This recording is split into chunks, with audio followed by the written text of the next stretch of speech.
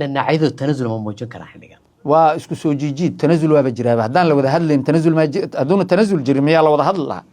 waxaa cad kulamada mucaaradku inay bandhigooduna fiican yihiin xasan naftirkiisu uu ogol yahay inuu fadhiga soo galo hase yeeshee impeachmentii ama resultigii ama achievementii in la soo saaro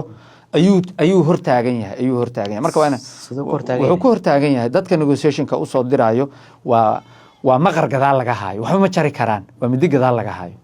marka markii la doodo siday u hadlayaan iyo qaabkii hadalka u dhigayaan markaad fiiriso oo xataa shirarku markay soo dhamaadaan waa qiimeynaa kulama ay yeeshaan mucaaradka mararka qaar waa ka qayb galaa kulamada mucaaradka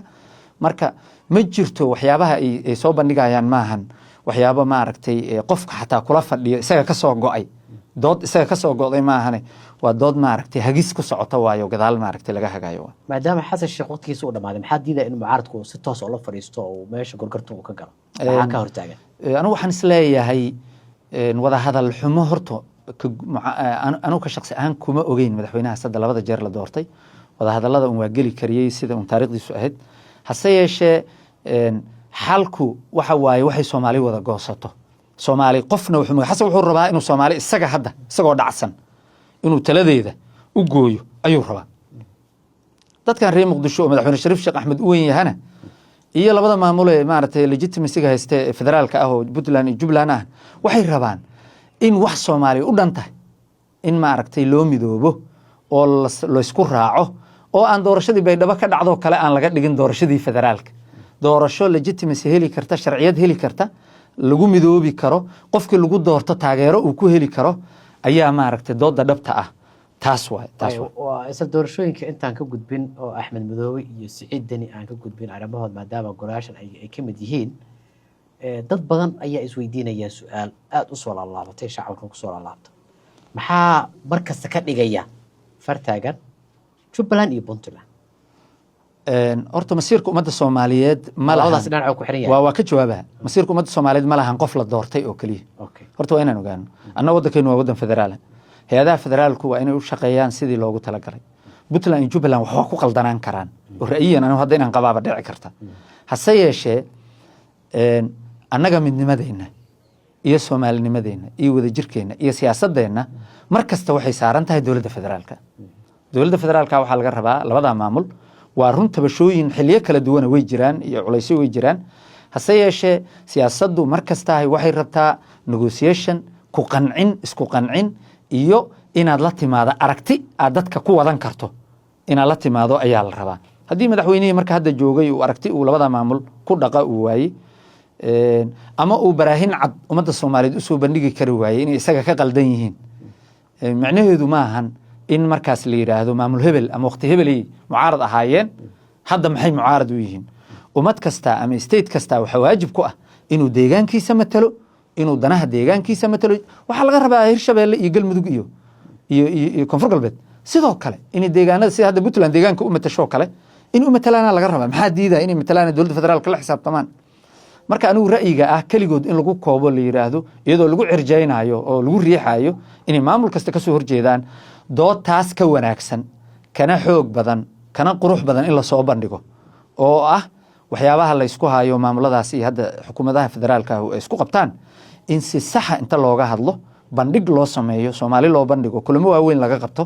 kadibna markaas ciddii markaas maaragtay arrintu ku ururta la isla wada arko laakiin hadda xaaladda taagan ee ah in dowladdeena federaalkeed waqtigeedii dhamaaday doorashooyin in la aado arrintaasi waa arrin u baahan in emergency looga jawaabo ummadda la isku haayo Soomaaliya aan la kala dirin sidaas waayahay wada hadaladan dhinaca kale waxaa barbar socda doorashooyin kale oo dowladdu ay rabto inay dhaqan geliso oo ay ku leedahay waa doorasho qof cod ah oo awood ayaa shacabka loo celinaya tusaale ahaan tan ka socoto GSP ay ka wado deegaanada Galmudug oo kale wada hadaladan dhinaca kale ay ka socdaan haddii wada hadalada isku afkarto sida aan saadaalin haddii la isku afkarto wada hadalada labada dhinac maxay ku dambeyn doontaa doorashooyinkii dowladdu ay ka qabatay maamulada ama meelaha kala duwan ay iyada maamusho horta markasta isteedyada qabaa'ilkoodii ayaa dhisanaya xildhibaankuna markasta wuxuu ku soo bixi doonaa ogolaashaha qabiilkiisa Galmudug ha noqoto ama Hirshabeelle hadda dhiman wali ha noqoto marka hadba sidii deegaanadaas dadka jooga ama dheergaradkoodu ay talada ama dawga u arkaan ayay maaragtay ay mari doonaan hase yeeshee maanta arrinta murugsan ee ugu weyn waa national electionka, waa doorashada qaranka. marka arrintaas haddii xal waara loo helo oo ay Soomaalidu si guud labada maamulo aan ku sheegay iyo golaha samata bixinta ee banaadir fadhiya oo madaxweyne Sheekh Shariif Sheekh Axmed u weyn yahay, haddii loo helo aragti Soomaaliyeed iyo talo qaran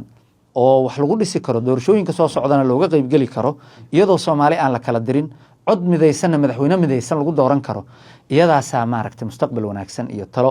wanaagsan ah. marka waxaan isleeyahay maamuladu iyaguna uun doorashooyin waa ka dhacayaan, legitimacyna way u baahan yihiin, waxayna ku xiran tahay mucaaradku siday u arkaan, siday wax u dhaceen. hadday mucaaradku u arkaan in maamuladaas ay si wanaagsan wax u dhaceen, waxaa dhici kartaba inay warqad soo saaraan oo ay ku taageeraan ayaa dhici karta. hadday u arkaan in la boobayna waxaa dhici karta inay warqad soo saaraan ay yidhaahdaan war doorashadas ay u dhacday maahan si u qalanta deegaankaas iyo dadkaas. marka intaasaan dhihi lahaa. ma la dhihi karaa marka ma loo isticmaali karaa hal booli ah nirig xalaala ma dhasho?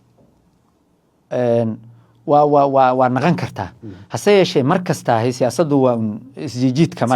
kama dhama iyo daalac naasilkaas in wax laysu celceliyo.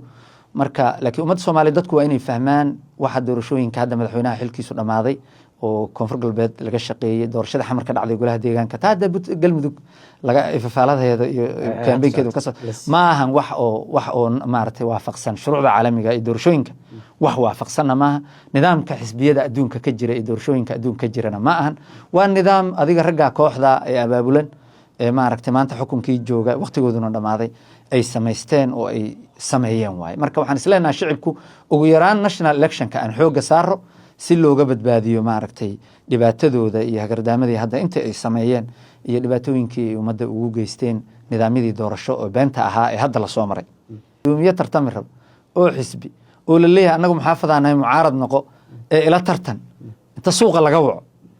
marka waxaani doorasho ma ahan, waa wax la wato oo rag gaara ay wataan oo dantooda iyo siyaasad guracan oo iyagu ay doonayaan inay ku gaaraan, laakiin aan qarankii ummadnimada aan sharaf u ahayn, danna u ahayn. waayo waxaanu ma ahan wax dowladnimo iyo nidaam